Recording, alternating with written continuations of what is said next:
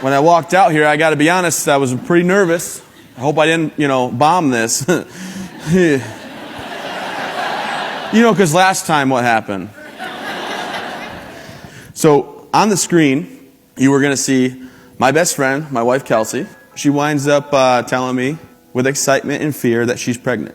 9 months go by, and my daughter's born. And the reason I know that my wife is the best in the world is because when I looked at my wife and I said, what do you want to name her? You think Madison or Avery?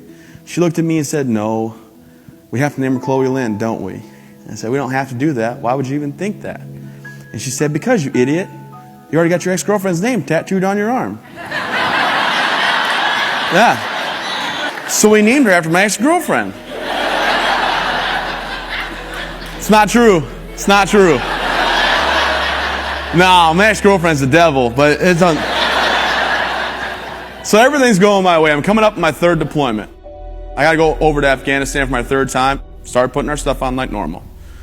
As we're going over what we're going to do, we're strapping our gear on. We go out with the minesweeper and we start sweeping the ground back and forth. Back and forth. Nothing alarms us there's anything there. I take my backpack off and I set it on the ground. It hits the ground. And underneath it is a bomb. And it takes my right arm, right leg automatically. They rush me into surgery. Right, we're going to fast forward into the surgery here. And they cut my left leg off because it's already gone. And then 2 days later, they have to cut my left arm off because the skin and neck are tied. So I'm a quadruple amputee. 3 days later, I arrived at Walter Reed in Bethesda, Maryland. My wife came up to me, right, and I saw her. When I finally got the chance to talk to her, I said, Kelsey, you don't have to do this. Take the house, take the cars, take whatever money we have saved up and go.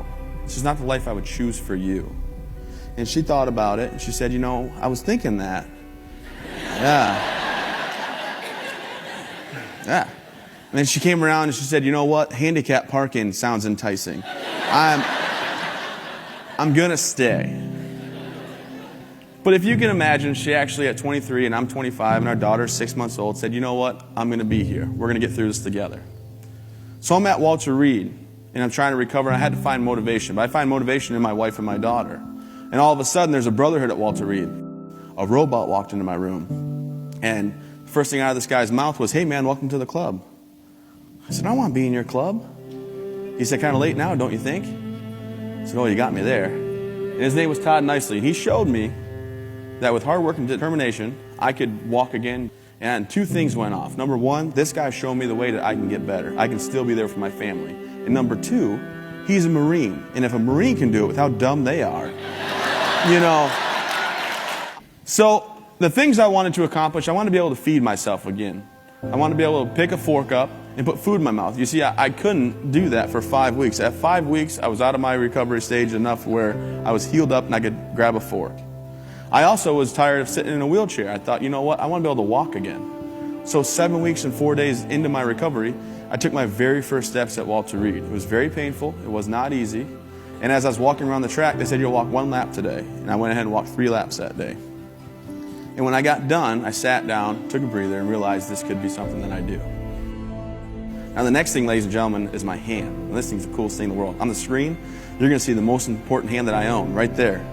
It's not the one I'm wearing. No, that one. That one's called a Greifer. That hand is in a Crown Royal bag on the top shelf of my closet.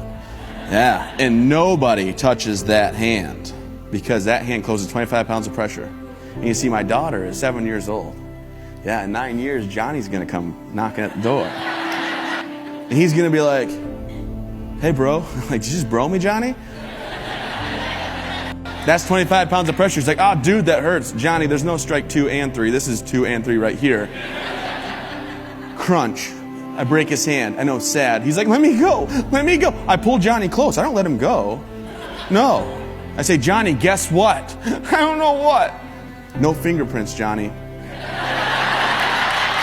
Remember that, Johnny. When I got blown up and I was down and out and I was wondering, why did this happen? I was embarrassed. I was angry. I was questioning, am I a bad person? Does God hate me? And the biggest question I honestly had, ladies and gentlemen, was why didn't I just die? Why did I live through this? And I found the answer in my family. And I found the answer in Todd Nicely, that corporal that came to see me that was retired from the Marine Corps, that told me I would be fine.